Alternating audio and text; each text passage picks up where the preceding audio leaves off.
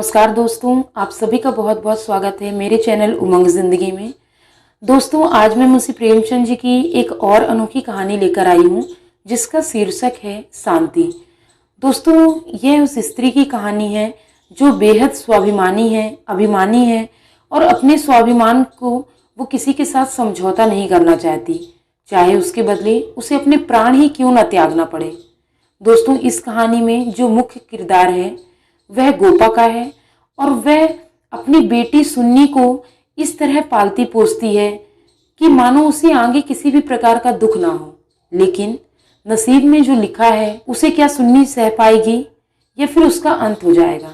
आप पूरी कहानी देखेंगे तो आपको जरूर समझ में आएगा। उम्मीद करती हूँ जब आप ये कहानी पूरी सुनेंगे तो आपको बेहद पसंद आएगी। आप इस कहानी को अपने दोस्तों के साथ शेयर करें, कमेंट बॉक्स में मुझे बताएं और अगर अभी तक आपने मेरे चैनल को सब्सक्राइब नहीं किया तो प्लीज चैनल को सब्सक्राइब कर लें। तो चलिए जल्दी से शुरू करते हैं। स्वर्गीय देवानाथ मेरे अभिन्न मित्रों में थे। आज भी जब उनकी याद आती है तो वह रंगरेलियां आंखों में फिर जाती हैं और कहीं एकांत में जाकर जरा देर रो लेता हूँ। हमारे और उनके बीच में 200-250 साल का अंतर है। लखनऊ में मैं था, वह दिल्ली में, लेकिन ऐसा शायद ही कोई महीना जाता हो कि हम आपस में न मिल पाते हों। वह स्वच्छंद प्रकृति के विनोद प्रिय, सहृदय, उदार और मित्रों पर प्राण देने वाले आदमी थे, जिन्होंने अपने और पराये में कभी भेद नहीं किया।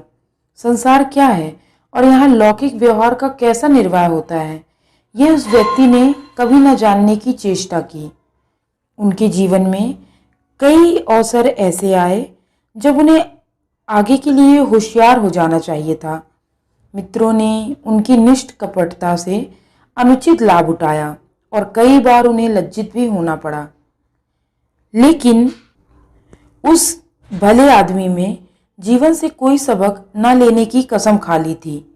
उनका व्यवहार ज्यों का त्यों रहे, जैसे भोलेनाथ जिए वैसे ही भोलेनाथ मरे। जिस दुनिया में वह रहते थे वह निराली दुनिया थी, जिसमें संदेह, चालाकी और कपट के लिए स्थान न था।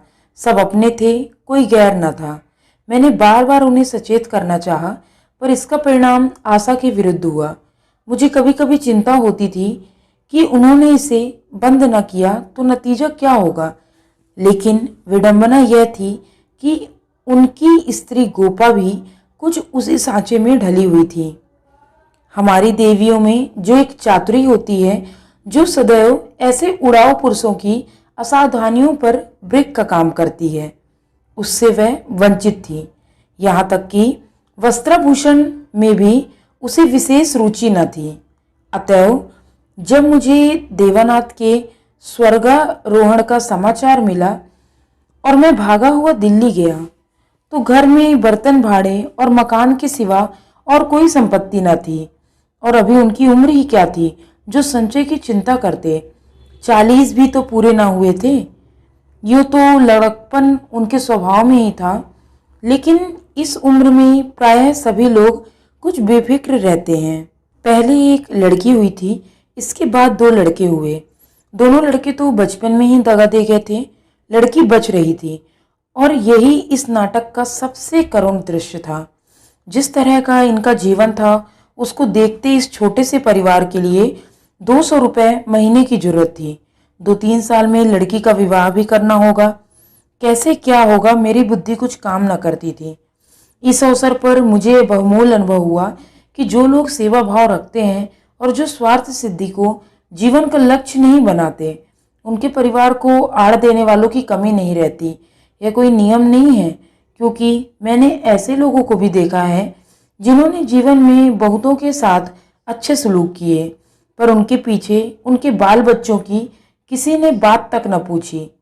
लेकिन चाहे कुछ हो, देवनाथ के मित्रों ने प्रशंसनीय औदार्य से काम लिया और गोपा के निर्वाह के लिए स्थायी धन जमा करने का प्रस्ताव किया। दोनों एक सज्जन जो रुड़वे थे, उससे विवाह करने को तैयार थे, किंतु गोपा ने भी उसे स्वाभिमानी का परिचय दिया, जो हमारी देवियों का जौहर है, और इस प्रस्ताव को अस्वीकार कर दिया। मकान बहुत बड़ा था, उसका एक भाग किराए पर उठा दिया। इस तरह उसको 50 रुमा हवार मिलने लगे। वह इतने में ही अपना निर्वाह कर लेगी। जो कुछ खर्च था वह सुन्नी की जात से था। गोपा के लिए तो जीवन में अब कोई अनुराग ही न था। इसके 1 महीने बाद मुझे कारोबार के सिलसिले में विदेश जाना पड़ा और वहां मेरे अनुमान से कहीं अधिक 2 साल लग गए। गोपा के पत्र बराबर जाते रहते थे, जिससे मालूम होता था वे आराम से हैं, कोई चिंता की बात नहीं है। मुझे पीछे ज्ञात हुआ कि गोपा ने मुझे भी गैर समझा और वास्तविक स्थिति छिपाती रही। विदेश से लौटकर मैं सीधा दिल्ली पहुंचा। द्वार पर पहुंचते ही मुझे भी रोना आ गया। मृत्यु की प्रतिध्वनि से ही छाई हुई थी। जिस कमरे में मित्रों के जमघट रहते थे उनके द्वार बंद थे। मकड़ियों ने चारों ओर जाले तान रखे थे। देवनाथ के साथ वह स्त्री लुप्त हो गई थी। पहली नजर में मुझे तो ऐसा भ्रम हुआ कि देवनाथ द्वार पर खड़े हैं, मेरी ओर देखकर मुस्कुरा रहे हैं। मैं मिथ्यावादी नहीं हूं और आत्मा की दैहिकता में मुझे संदेह नहीं है, लेकिन उस वक्त एक बार मैं चौंक जरूर पड़ा। हृदय में एक कंपन सा उठा, लेकिन दूसरी नजर में प्रतिमा मिट चुकी थी। द्वार खुला। गोपा के सिवा खोलने वाला ही कौन था? मैंने उसे देखकर दिल थाम लिया। उसे मेरे आने की सूचना थी और मेरे स्वागत की प्रतीक्षा में उसने नई साड़ी पहन ली थी और शायद बाल भी गुथ लिए थे। पर इन 2 वर्षों के समय ने उस पर जो आघात किए थे उन्हें क्या करती। नारियों के जीवन में यह वह अवस्था है जब रूप लावण्य अपने पूरे विकास पर होता है, जब उसमें अल्लड़पन, चंचलता और अभिमान की जगह आकर्षण, माधुर्य और रसिकता आ जाती है। लेकिन गोपा का यौवन बीत चुका था। उसके मुख पर झुर्रियां और विषाद की रेखाएं अंकित थीं, जिन्हें उसकी प्रश्रिया प्रत्यत्नशील प्रसन्नता भी ना मिटा सकती थी। केसों पर सफेदी दौड़ चली थी और एक अंग बूढ़ा हो रहा था। मैंने करुण स्वर में पूछा, क्या तुम बीमार थी गोपा? गोपा ने आंसू पीकर कहा, नहीं तो, मुझे कभी सिर दर्द भी नहीं हुआ। तो तुम्हारी यह दशा कैसे? बिल्कुल बूढ़ी हो गई हो तो जवानी लेकर करना ही क्या? मेरी उम्र भी तो 35 की ऊपर हो गई। 35 की उम्र तो बहुत नहीं होती। हाँ, उनके लिए जो बहुत दिन जीना चाहते हैं। मैं तो चाहती हूँ जितनी जल्दी हो सके जीवन का अंत हो जाए। बस सुन्नी के ब्याह की चिंता है। इससे छुट्टी पा जाऊं, मुझे जिंदगी की परवाह न रहेगी। अब मालूम हुआ कि जो सज्जन इस मकान में किराएदार हुए थे वे थोड़े दिनों के बाद तब्दील होकर चले गए और तब से कोई दूसरा किराएदार ना आया। मेरे हृदय में बर्छी सी छुप गई। इतने दिन इन बेचारों का निर्वाह कैसे हुआ, यह कल्पना भी दुखद थी। मैंने विरक्त मन से कहा, लेकिन तुमने मुझे सूचना क्यों न दी? क्या मैं बिल्कुल गैर हूं? गोपा ने लज्जित होकर कहा, नहीं नहीं, यह बात नहीं है। तुम्हें गैर समझूंगी तो अपना किसे समझूंगी? मैंने समझा, परदेश में तुम खुद अपने झमेले में पड़े होगे। क्या सताऊं तुम्हें? क्यों सताऊं? किसी न किसी तरह दिन कट ही गए। घर में और कुछ न था तो थोड़े से गहने तो थे ही। अब सुनीता की विवाह की चिंता है। पहले मैंने सोचा था इस मकान को निकाल दूंगी, 20-22 हजार मिल जाएंगे, विवाह भी हो जाएगा और कुछ मेरे लिए बचा भी रहेगा। लेकिन बाद में मालूम हुआ कि मकान पहले से ही रेहन हो चुका है और सूद मिलाकर उस 20 हजार के हो गए हैं। महाजन इतनी ही दया क्या कम है कि मुझे इस घर से निकाल न दिया। इधर तो अब कोई आशा नहीं है। बहुत हाथ पांव जोड़ने पर संभव है महाजन से 2-2.5 हजार मिल जाएं। इतने में क्या होगा? इसी फिक्र में घुली जा रही हूँ। लेकिन मैं भी इतनी मतलबी न हूँ। तुम्हें हाथ मुंह धोने को पानी दिया, न कुछ जलपान लाई और अपना दुखड़ा ले बैठी। अब आप कपड़े उतारिए और आराम से बैठिए। कुछ खाने को लाऊं? खा लीजिए, तब तो बातें हों। घर पर तो सब कुशल है। मैंने कहा, मैं तो सीधे बंबई से यहाँ आ रहा हूँ, घर कहाँ गया? गोपा ने मुझे तिरस्कार भरी आंखों से देखा, पर उस तिरस्कार की आड़ में घनिष्ठ आत्मीयता बैठी झांक रही थी।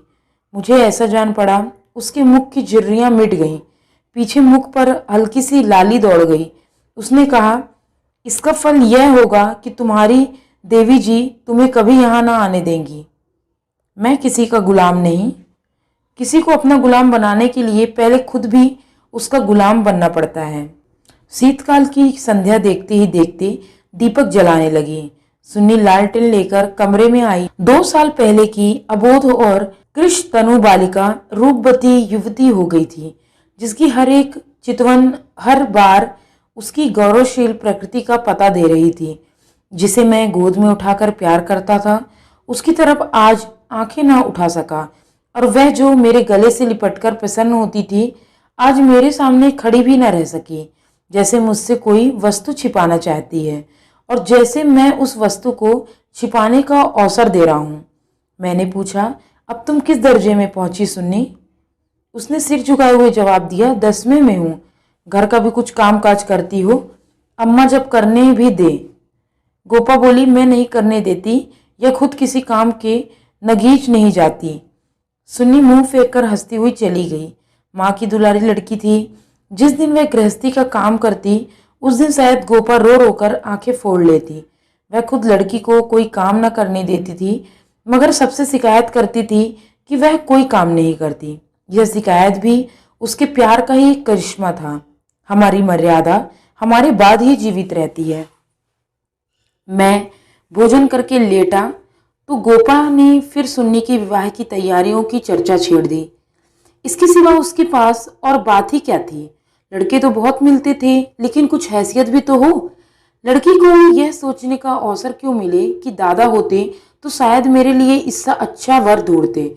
फिर गोपा ने डरते डरते लाला मदारी लाल के लड़के का जिक्र किया। मैंने चकित होकर उसकी तरफ देखा। मदारी लाल पहले इंजीनियर थे, अब पेंशन पाते हैं। लाखों रुपये जमा कर लिए थे, पर अब तक उनके लोभ की भूख न बुझी थी। गोपा ने घर भी वह छाटा जहां उसकी रसाई कठिन थी। मैंने आपत्ति की, मदारी लाल को बड़ा दुर्जन मनुष्य है। गोपा ने दांतों के तले जीभ दबाकर कहा, अरे नहीं भैया, तुमने उन्हें पहचाना ना होगा। मेरे ऊपर बड़े दयालु हैं, कभी कभी आकर कुशल समाचार पूछ जाते हैं। लड़का ऐसा होनहार है कि मैं तुमसे क्या कहूँ। फिर उनके यहाँ कभी किसी बात की कमी भी नहीं।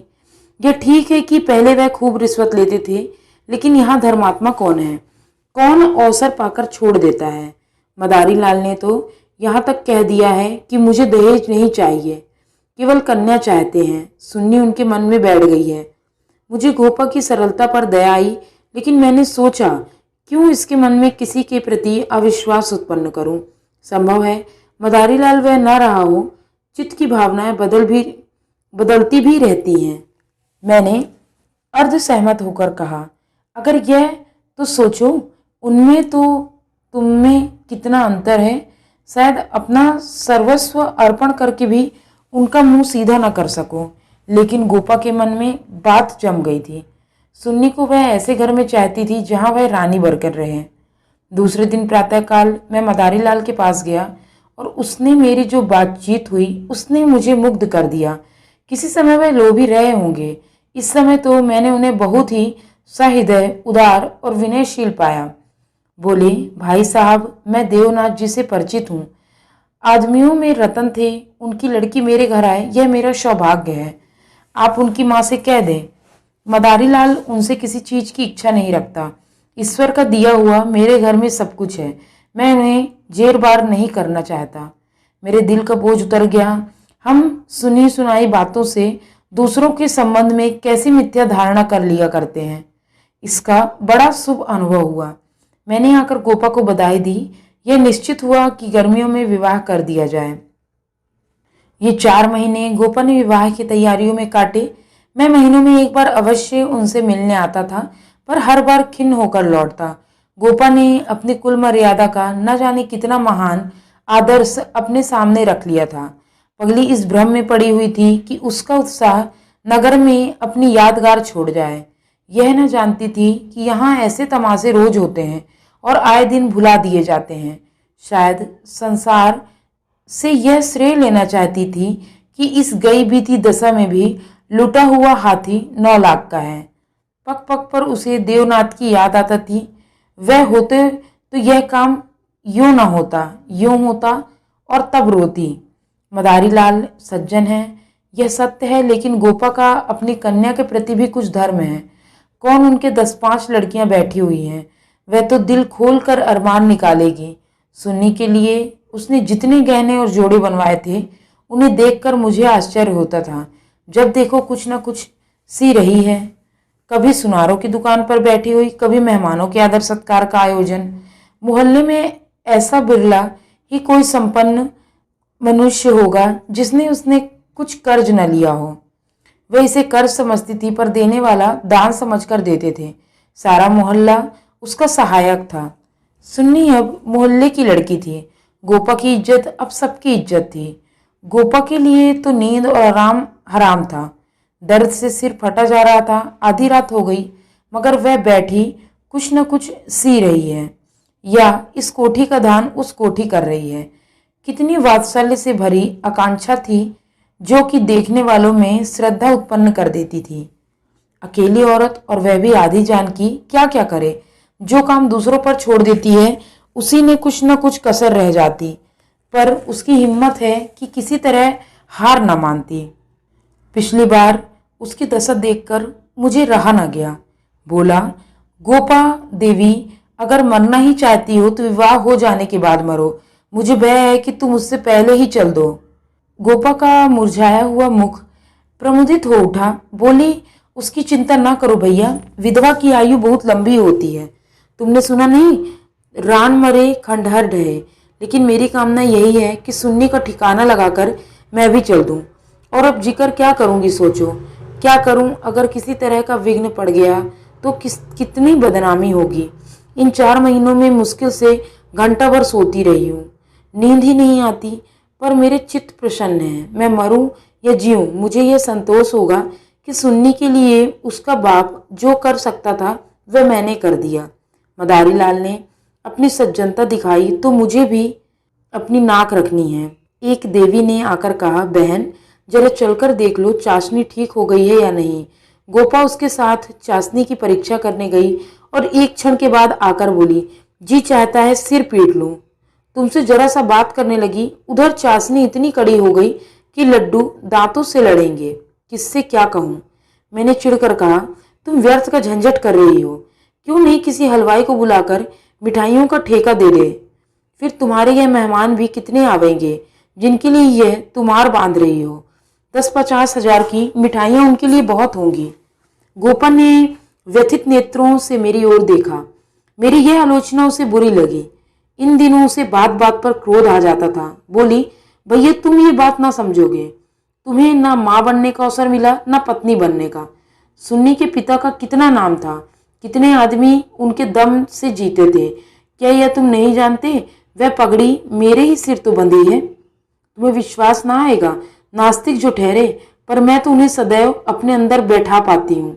जो कुछ कर रहे हो वह कर रहे हैं। मैं मंदबुद्धि स्त्री भला अकेली क्या कर लेती। वही मेरे सहायक हैं, वही मेरे प्रकाश हैं। यह समझ लो कि यह देह मेरी है, पर इसके अंदर जो आत्मा है वह उनकी है। जो कुछ हो रहा है उनके पुण्य आदेश से हो रहा है।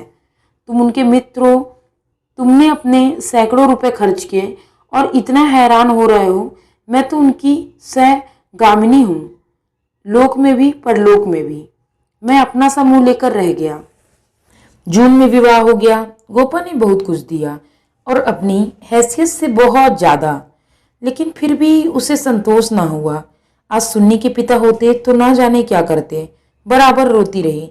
जाड़ों में मैं फिर दिल्ली गया। मैंने समझा कि अब गोपा सुखी होगी। लड़की का घर और वर दोनों आदर्श है। गोपा को इसके सिवा और क्या चाहिए। लेकिन सुख उसके भाग्य में ही न था। अभी कपड़े भी न उतारने पाया था कि उसने अपना दुखड़ा शुरू कर दिया। भैया घर द्वार सब अच्छा है, सास ससुर भी अच्छे हैं, लेकिन जमाई निकम्मा निकला। सुन्नी बेचारी रो रो कर दिन काट रही है। तुम उसे देखो तो पहचान न सकोगे। उसकी परछाई मात्र रह गई है। अभी कई दिन हुए आई हुई थी। उसकी दशा देखकर छाती फटती है, जैसे जीवन में अपना पथ खो बैठी हो। न तन बदन की सुध, न कपड़े लत की। मेरी सुन्नी की दुर्गत होगी। यह तो स्वप्न में भी न सोचा था। बिल्कुल गुमसुम हो गई है। कितना पूछा, बेटी तुमसे वह क्यों नहीं बोलता, किस बात पर नाराज है, लेकिन कुछ जवाब ही नहीं देती। बस आंखों में आंसू बहते हैं। मेरी सुन्नी कुएं में गिर गई। मैंने कहा, तुमने उसके घर वालों से पता नहीं लगाया? लगाया क्यों नहीं भैया, सब हाल मालूम हो गया। लौंडा चाहता है मैं चाहे जिस राह पर जाऊं, सुन्नी मेरी पूजा करती रहे। सुन्नी भला इसे क्या सहने लगेगी? उसे तो तुम जानते हो कितनी अभिमानी है। वह उन स्त्रियों में नहीं है जो पति को देवता समझती है और उसका दुर्व्यवहार सहती रहती है। उसने सदैव दुलार और प्यार पाया है। बाप भी उस पर जान देता था। मैं आग की पुतली समझती थी। पति मिला छैला जो आधी आधी रात तक मारा मारा फिरता है।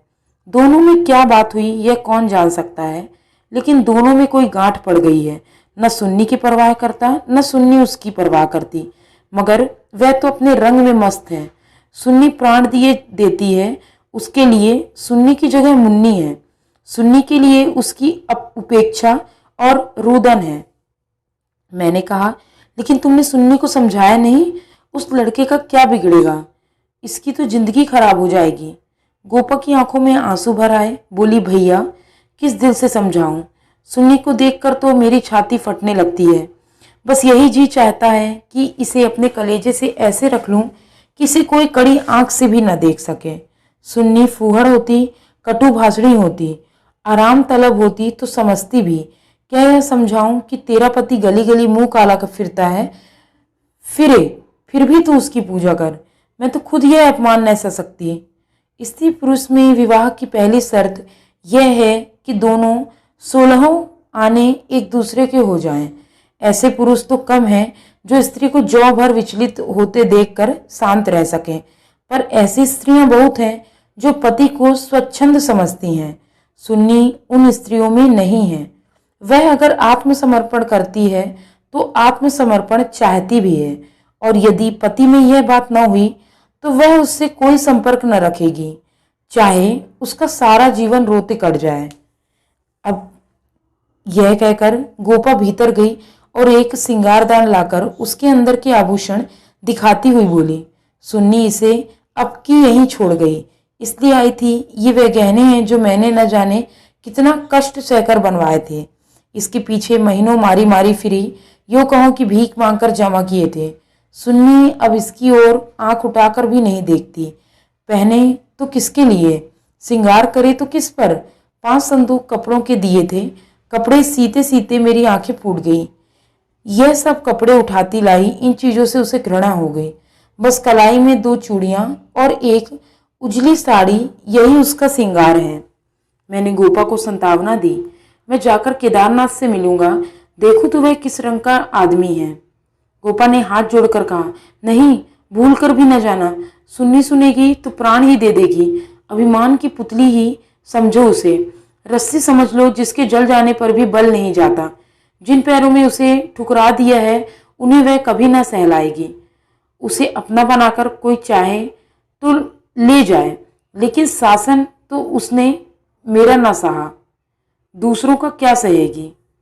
मैंने गोपा से उस वक्त कुछ न कहा, लेकिन अवसर पाते ही लाला मदारी लाल से मिला। मैं रहस्य का पता लगाना चाहता था। संयोग से पिता और पुत्र दोनों ही एक जगह पर मिल गए।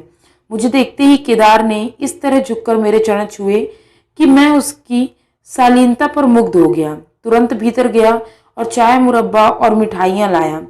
इतना सौम्य, इतना सुशील, इतना विनम्र युवक मैंने ना देखा। यह भावना ही ना हो सकती कि इसके भीतर और बाहर में कोई अंतर हो सकता। जब तक रहा सिर झुकाए बैठा रहा। उच्च खलता तो उसे छू भी नहीं गई थी। जब केदार टेनिस खेलने गया तो मैंने मदारी लाल से कहा, केदार बाबू तो बहुत सचरित्र जान पड़ते हैं, फिर स्त्री पुरुष में इतना मनोमालिन्य क्यों हो गया? मदारी लाल ने एक क्षण विचार करके कहा, इसका कारण इसके सिवा और क्या बताऊं कि दोनों अपने माँ बाप के लाडले हैं और प्यार लड़कों को अपने मन का बना देता है। मेरा सारा जीवन संघर्ष में कटा, अब जाकर जरा शांति मिली। भोग विलास का कभी अवसर ही ना मिला। दिन भर परिश्रम करता था, संध्या को पढ़कर सो जाता था। स्वास्थ्य भी अच्छा न था, इसलिए बार बार यह चिंता सवार रहती थी कि संचय कर लूं, ऐसा ना हो कि मेरे पीछे बाल बच्चे भीख मांगते फिरे। नतीजा यह हुआ कि इन महाशय को मुफ्त का धन मिला, सनक सवार हो गई, शराब उड़ने लगी, फिर ड्रामा खेलने का शौक हुआ। धन की कमी थी ही नहीं, उस पर माँ बाप के अकेले बेटे, उसकी प्रसन्नता ही हमारे जीवन का स्वर्ग थी। पढ़ना लिखना तो दूर रहा, विलास की इच्छा बढ़ती गई। रंग और गहरा हुआ, अपने जीवन का ड्रामा खेलने लगे। मैंने यह रंग देखा तो मुझे चिंता हुई, सोचा ब्याह कर दूं तो ठीक हो जाएगा। गोपा देवी का पैगाम आया तो मैंने तुरंत स्वीकार कर लिया। मैंने सुन्नी को देखा था, सोचा आदर्शवादिनी है, सहिष्णुता तो उसने सीखी ही ना थी। समझौते का जीवन में क्या मूल्य है, इसकी उसे खबर ही नहीं। लोहा लोहे से लड़ गया, वह अभिमान से पराजित करना चाहती थी, यह उपेक्षा से, यही रहस्य है। और साहब, मैं तो बहू को ही अधिक दोषी समझता हूँ। लड़के प्राय मनचले होते हैं, लड़कियां स्वभाव से सुशील होती हैं और अपनी जिम्मेदारियां समझती हैं, उसमें यह गुण है ही नहीं। डोंगा कैसे पार होगा ईश्वर ही जाने। सहसा सुन्नी अंदर से आ गई, बिल्कुल अपने चित्र की रेखा सी हो, मानो मनोहर संगीत की प्रतिध्वनि हो। कुंदन तपकर भस्म हो गया था। मिटी हुई आशाओं का इससे अच्छा चित्र नहीं हो सकता। उलाहना देती हुई बोली, आप ना जाने कब से बैठे हुए हैं, मुझे खबर तक नहीं दी, और शायद आप बाहर चले जाते।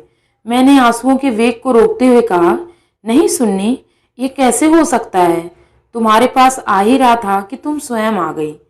मदारीलाल कमरे के बाहर अपनी कार की सफाई करने लगे, शायद मुझे सुन्नी से बात करने का अवसर देना चाहते थे। सुन्नी ने पूछा, अम्मा तो अच्छी तरह है? हाँ अच्छी है, तुमने अपनी ये क्या गत बना रखी है? मैं अच्छी तरह से हूँ। यह बात क्या है? तुम लोगों में यह क्या अनबन है?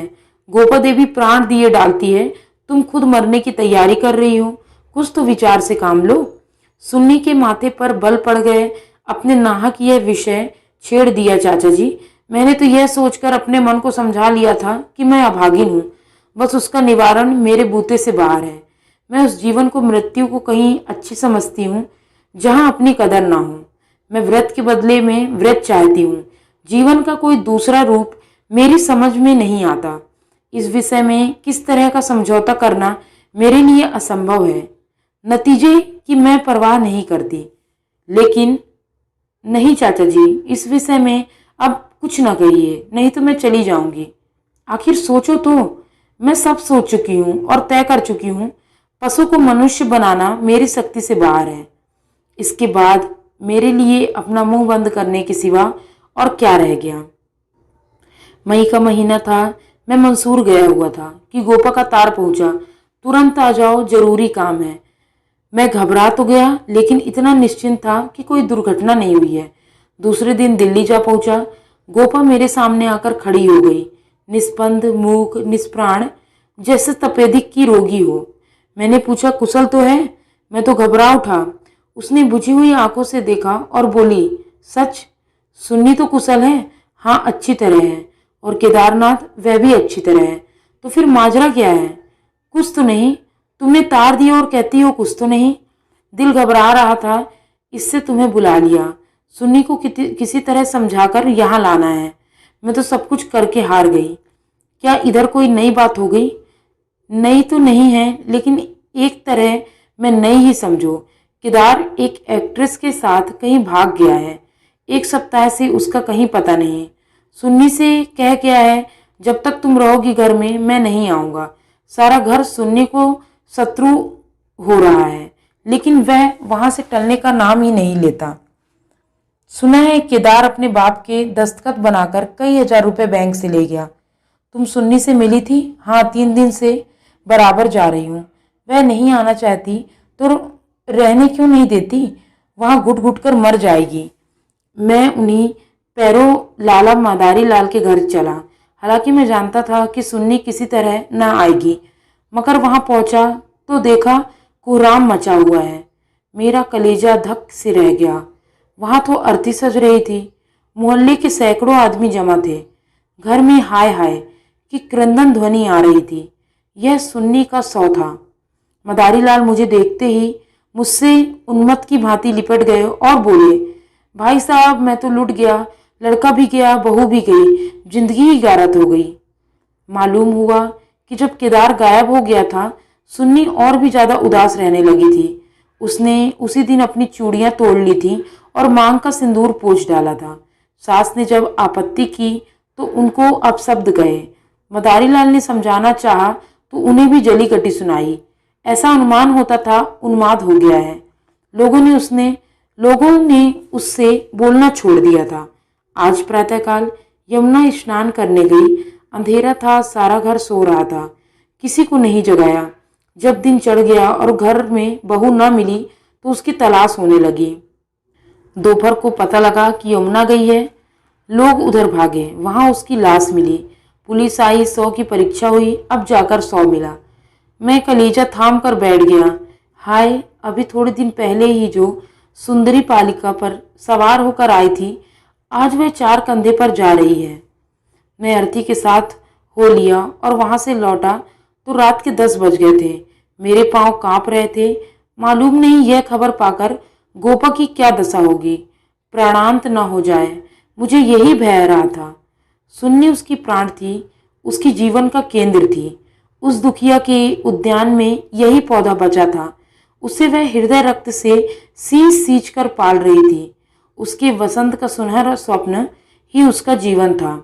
उसमें कोपलें निकलेंगी, फूल खिलेंगे, फल लगेंगे, चिड़िया उसकी डाली पर बैठकर अपने सुहाने राग गावेंगी। किंतु आज निष्ठुर नियति ने उस जीवन सूत्र को उखाड़ फेंका और अब उसके जीवन का कोई आधार न था। वह बिंदु ही मिट गई जिस पर जीवन की सारी रेखाएं आकर एकत्र हो जाती थीं।